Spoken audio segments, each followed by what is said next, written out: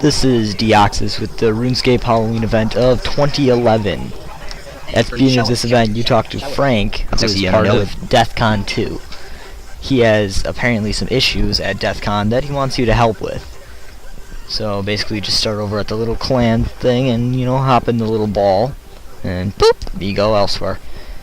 At the beginning of this, you start off in this little epic area with a cool red ball. You get a DEFCON 2 lanyard, which you can wear around your neck or just keep in your bag. Either works, really. I've never put it on, so I don't know what it looks like. Your first objective is to talk to Beauty, who is a statue, actually. So, you know, Beauty talks to you, explains, you know, Beauty is immortalized in statues. I think that's pretty heavy, because, you know, it is. If you're, you know, a statue, you only change when people draw on you and break off your hands. Like the Romans broke off people's arms and stuff. That's just weird. You know, just keep the entire body. Why not? So, this part, it was supposed to be really easy apparently, but at the first part where you choose it, the guide for everyone, I thought that was like way too easy. So, yeah, that took me like 5 seconds. But what really confused me is these plinths. They took me, I swear to God, 15 to 30 minutes just to find. So that's really messed me up. So this entire time, I just like lapsed the entire time. Actually, what I skipped out was me trying to run all around DEFCON 2, try and find the plinths, never reading the actual instructions to go over to the east side and where the plinths actually were. So that was way more complicated than usual. If you can't tell from the orange spinning ball of death right there, it's kind of like a kill ball from Halo, except I suppose it's not glowing and it doesn't kill you if you walk into it. It teleports you. If you can't tell from that, I am going in super speed, or the blood rivers. I'm going super speed because this took way too long. Alright, so Beauty, you know, these guys apparently have some very exact directions for their statues. War has to be on the outside, death has to be on the most important spot, pestilence and famine can't be touching, Frank has to be next to death, and then of course you can't even put it up.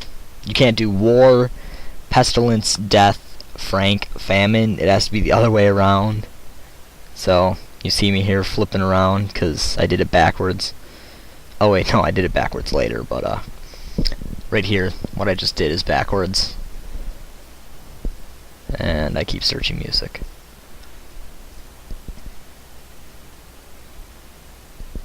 Oh, sorry, I forgot I was talking. Anyway, well, that was a pretty easy part. I didn't really enjoy that part, mostly because of the hours and hours I spent running around just trying to get there. Then I talked to Diango. He had some pretty cool stuff that I've never seen before. Maybe it's just because I don't ever talk to him, but apparently it's not new stuff. This part right here with Infinity was a total pain. I did not understand it at all. I vowed to myself I would not cheat at all, but I had Infinity help me a little with this. Actually a lot. And then I used a picture to do it.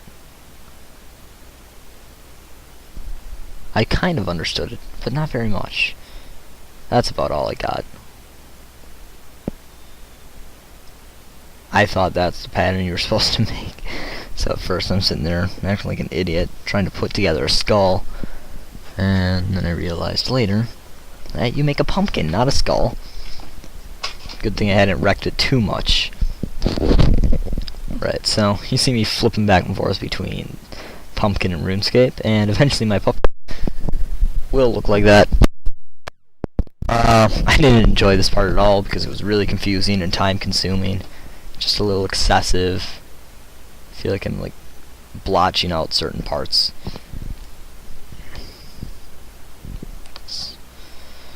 Right.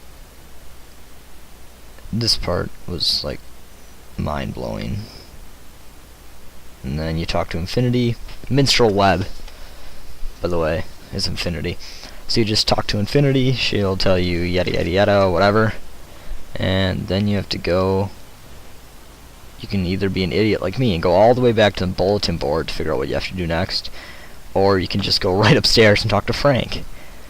which actually you've been told many times is on the ceiling having troubles with fireworks. So you can just run upstairs and talk to Frank, or you can go all the way out to the bulletin board, which is ungodly more time.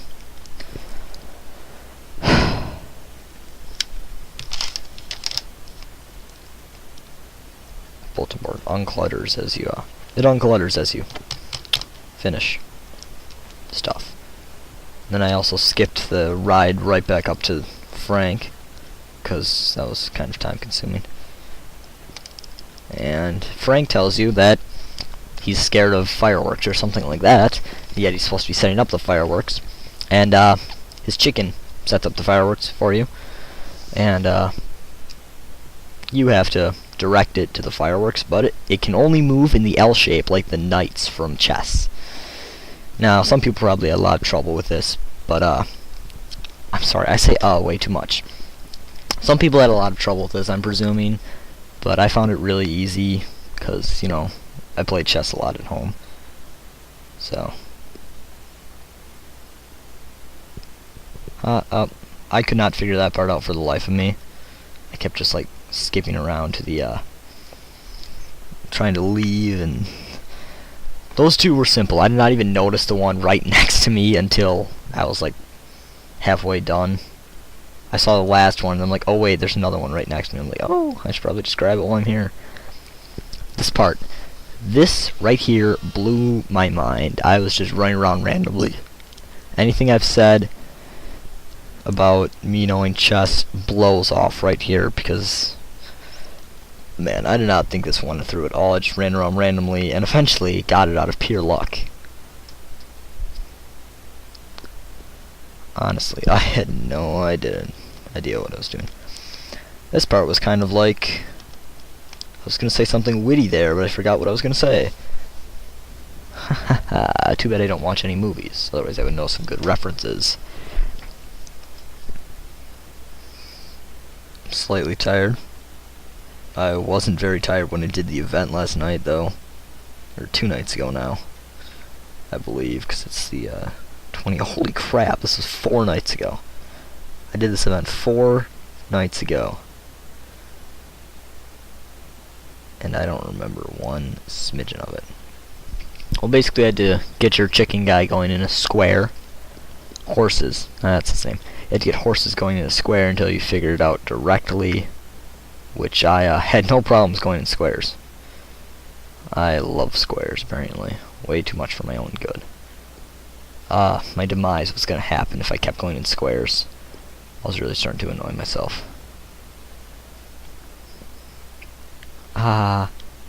This is where I get it. Right here. And you gotta do that, and finally, click on the last firework, which goes off with a bang. Bwok, bwok, bwok. And then you're back talking to Frank. Just zip through all of Frank's stuff because he doesn't really say anything at all that's relevant to common society.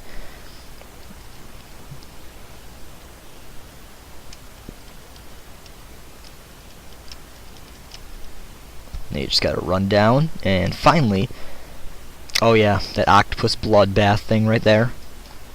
You should get the goblet, get a goblet of punch from it, and then drinking it. It says something about being inky.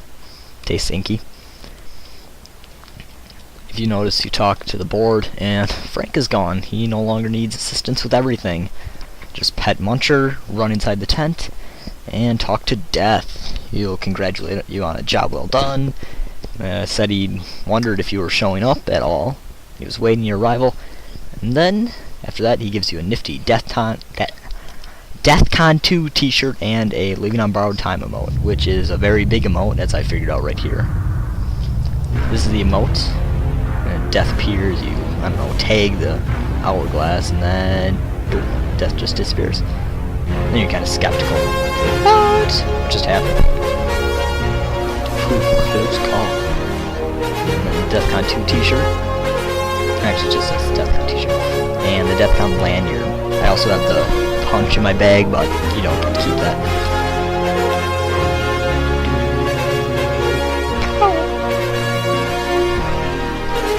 This has been DyeoxesProductions. I'll see you later.